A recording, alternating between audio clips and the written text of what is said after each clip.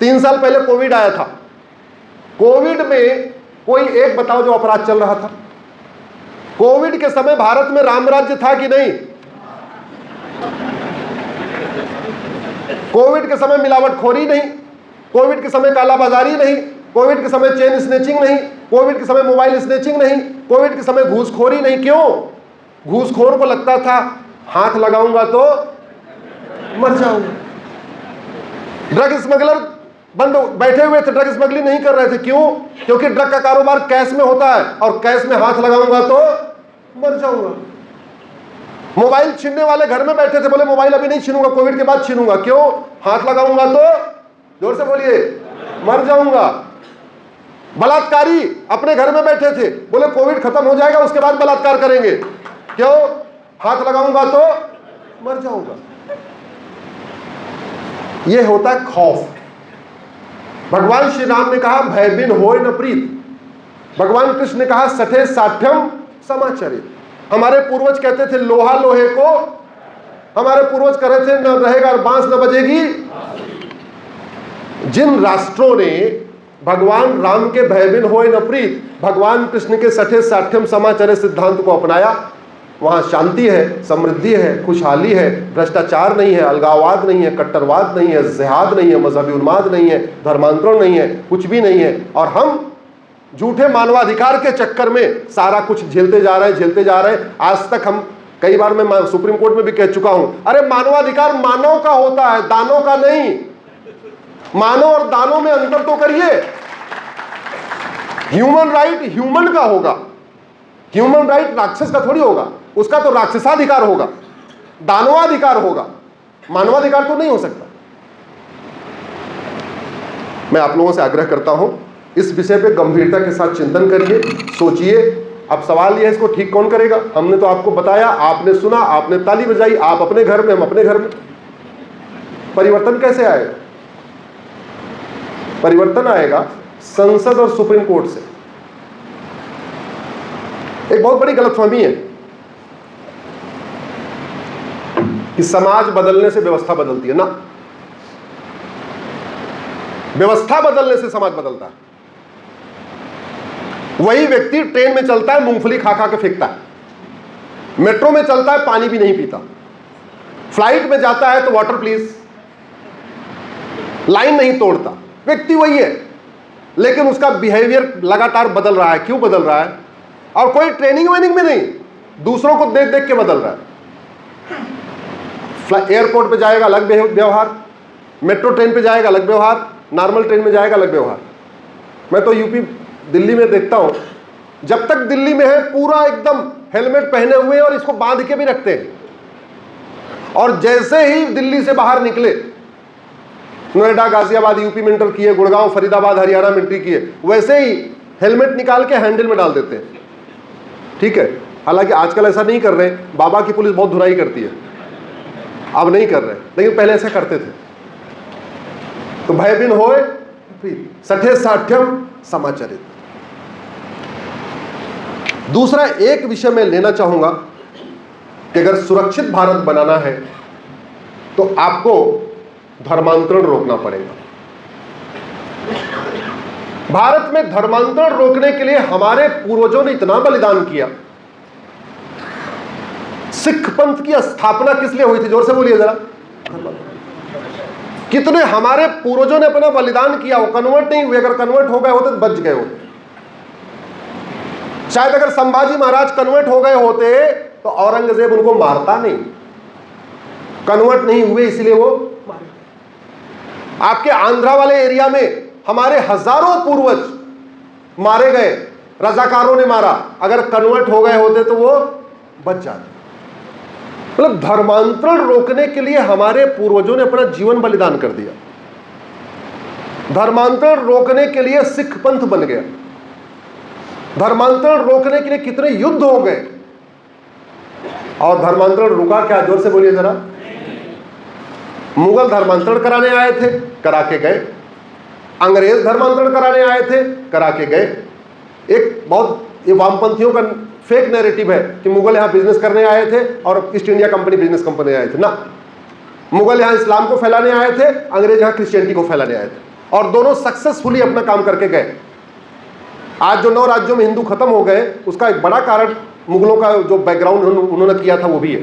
आज हम 800 जिलों में से 200 जिलों में खत्म हो गए, क्योंकि 15वीं शताब्दी में तो भारत, पाकिस्तान, अफगानिस्तान, मालदीव, बांग्लादेश में 100% हिंदू होते थे। बाबर के पहले वर्तमान भारत, वर्तमान बांग्लादेश, वर्तमान पाकिस्तान, वर्तमान अफगानिस्तान, वर्तमान मालदीव 100% हिंदू। मालदीव विजयनगरम साम्राज्य का हिस्सा था, तमिलनाडु से गवर्न किया जाता था, राजा राज चोल यहां से राज किया करते थे, 100% हिंदू। अफगानिस्तान दुर्योधन का ननिहाल, 100% हिंदू। पाकिस्तान राजा भरत का ननिहाल, माता कैकेयी वहां से आई थी, 100% हिंदू। कश्मीर 100% हिंदू। मेघालय, मिजोरम, मणिपुर, नागालैंड 100% हिंदू। वो धर्मांतरण कराए चले गए। अब रुक सकता था कि नहीं? रुक सकता था। हमने रोकने के लिए प्रयास किया क्या? नहीं। धर्मांतरण किसी एक जिले की समस्या है? जोर से बोलिए जरा। धर्मांतरण किसी एक राज्य की समस्या है? नहीं। धर्मांतरण राष्ट्रीय समस्या है, और राष्ट्रीय स्तर पे धर्मांतरण रोकने के लिए हमारे पास कोई कानून ही नहीं। धर्मांतरण हमारी राष्ट्र की सुरक्षा के लिए खतरा है कि नहीं? जोर से बोलिए जरा। इस देश में जितने भी गलत चीजें हो रही है, आप उसको ध्यान से देखिए, वो कर कौन रहा है? अफजल गुरु कौन था? जोर से बोलिए जरा। कन्वर्टेड हिंदू शब्द उपयोग करिए। क्या था वो? ये जो हमारी 26 बहन बेटियों का सिंदूर उजाड़ के गए, वो कौन थे? याकूब मेनन कौन था? बुरहान वानी कौन था? केरल में जितने पीएफआई के सदस्य हैं, जो हमारे संघ के सदस्यों को मारते हैं, वो कौन है? कन्वर्टेड हिंदू। तमिलनाडु में कितनी बार हत्याएं हो चुकी हैं, बार बार टेंशन होता है, दंगा होता है, वो किसके किसके बीच में होता है? जोर से बोलिए जरा। हिंदू और इतना बड़ा खतरा हमारे लिए कन्वर्जन है। स्वामी विवेकानंद जी कहते थे, कन्वर्ट होने से एक हिंदू कम नहीं होता, कन्वर्ट होने से एक हिंदू विरोधी की संख्या बढ़ती है, हिंदुओं के दुश्मन की संख्या बढ़ती है। तो क्या हमें दुश्मनों की संख्या बढ़ानी चाहिए? जोर से बोलिए जरा। नहीं, क्योंकि जब तक वो हिंदू है तब तक वो वसुधैव कुटुंबकम को मानता है, तब तक वो वन अर्थ वन फैमिली मानता है। जैसे वो कन्वर्ट हो जाता है, वो पाक नापाक मानने लगता है। जब तक वो हिंदू है तब तक वो सर्व मंगल मांगल्ये शिवे सर्वार्थ साधिके, और जैसे वो कन्वर्ट हो जाता है, वो हराम हलाल हो जाता है। जब तक वो हिंदू है, सर्वे भवन्तु सुखिनः सर्वे सन्तु निरामयाः, सबका कल्याण हो। जैसे वो कन्वर्ट हो जाता है, बोले हमारे वाले कम्युनिटी का कल्याण होना चाहिए, बाकी तो मर जाए अच्छा है। हम लोग क्या कहते हैं? जोर से बोलिए। धर्म की, पीछे से आवाज नहीं आ रही, धर्म की, अधर्म का, प्राणियों में विश्व का। कभी हम बोलते हैं हिंदुओं की जय हो, गैर हिंदुओं का नाश हो, हिंदुओं में सद्भावना हो, हिंदुओं का कल्याण हो, ये बोलते हैं कभी क्या? और दूसरी तरफ क्या बोला जाता है? जो हमको फॉलो करे वो पाक, जो हमको ना फॉलो करे ना पाक। जो हमको फॉलो कर लेगा वो जन्नत में जाएगा, जो नहीं फॉलो करेगा कहां जाएगा? एक कह रहा है कि कयामत की रात आएगी, दूसरा वाला कह रहा है डे ऑफ जजमेंट आएगा। मॉडल वही है। एक कह रहे हैं दिन में सब कुछ होगा, एक कह रहे हैं रात में सब कुछ होगा।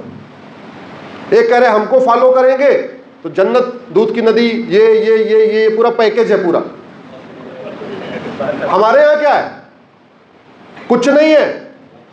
यम नियम का पालन करो, अष्टांग योग का पालन करो, सारा करो जिंदगी भर, तो क्या मिलेगा? जोर से बोलिए जरा। और मोक्ष में क्या मिलेगा? अरे जो आज मिल रहा है वो भी खत्म। आज जो गाड़ी बंगला है, फार्म हाउस है, 3 BHK का फ्लैट है, जब दोबारा आएंगे नहीं तो काहे का मजा? खत्म। और उधर पूरा पैकेज, दूध की नदी, फूलों का गद्दा, ये वो पता नहीं सब क्या क्या है, पूरा पैकेज है। अच्छा, बढ़ कैसे रहा है आप इसको समझिए। मैंने कहा ना, कोई भी समस्या में आप 5 बार वाई लगाइए, फिर आपको अंतिम रूट काज मिलेगा। पूरी दुनिया में 3 तरीके के एजुकेशन सिस्टम है। एक भारत का वैदिक education system, Gurukul education system, जहां वसुधैव कुटुंबकम, नारी तु नारायणी, जननी जन्म भूमिश्च, ये सब सिखाया जाता है। एक मिशनरी और मॉन्टेसरी एजुकेशन सिस्टम, और तीसरा मदरसा एजुकेशन सिस्टम।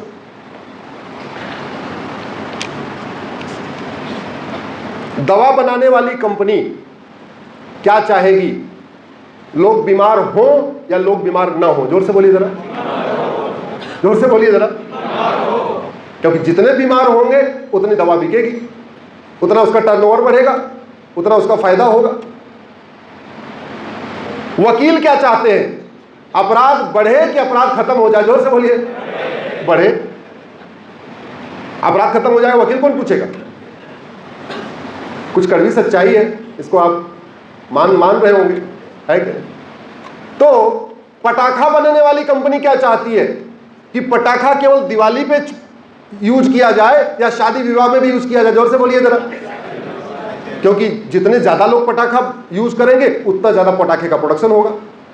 तो हथियार बनाने वाली कंपनी क्या चाहती है? जोर से बोलिए जरा।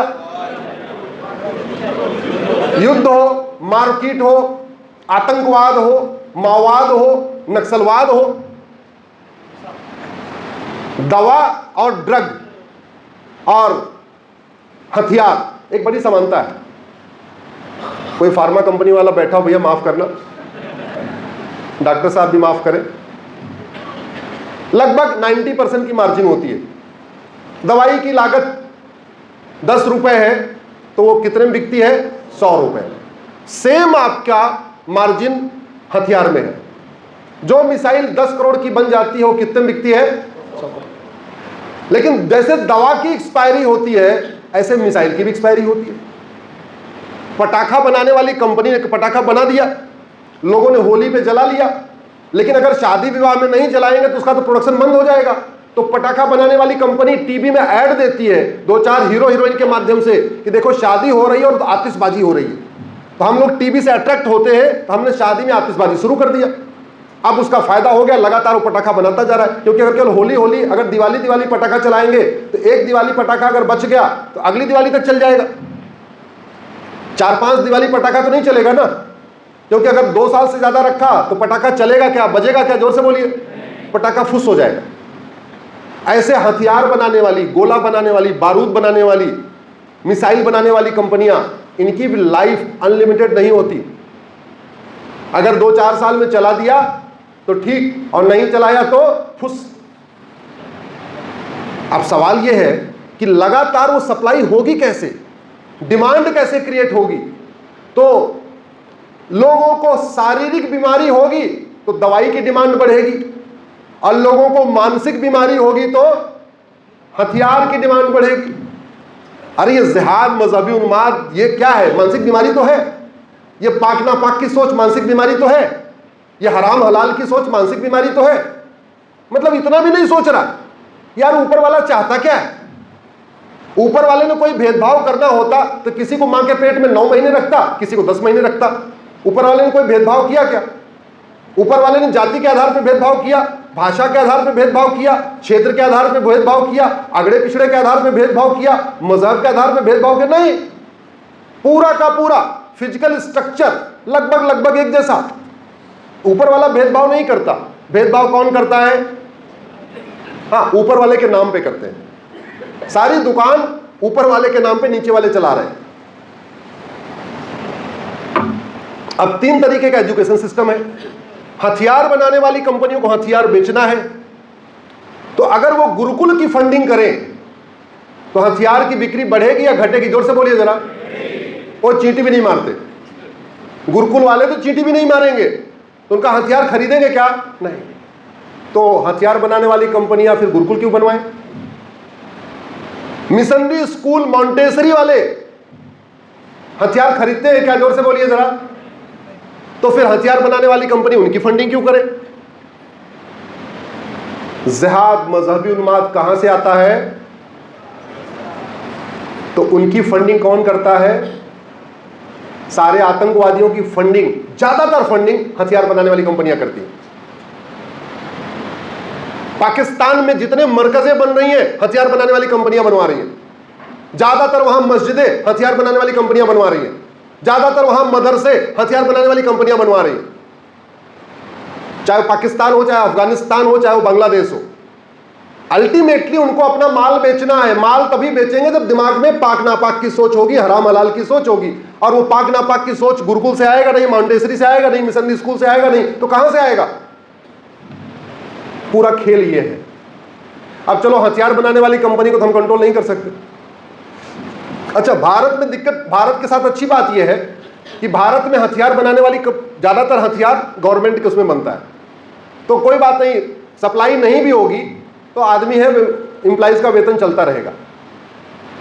यूएस वगैरह में, यूरोप में, रूस में हथियार प्राइवेट लोग बनाते हैं, प्राइवेट कंपनियों में बनता है, और उनको तो अपना टर्नओवर बढ़ाना है, हर साल कम से कम 20% का जंप देना है, एम्प्लॉइज की सैलरी बढ़ानी है, सब कुछ करना है, फायदा बढ़ाना है, तो वो मैक्सिमम मार्केट क्रिएट करते हैं। तो जैसे दवा बनाने वाली कंपनियों में मार्जिन 90% है, तो उन्होंने मेडिकल रिप्रेजेंटेटिव रखा हुआ है, भाई जाओ डॉक्टर साहब से बात करो, अपनी वाली दवाई बिकवाओ।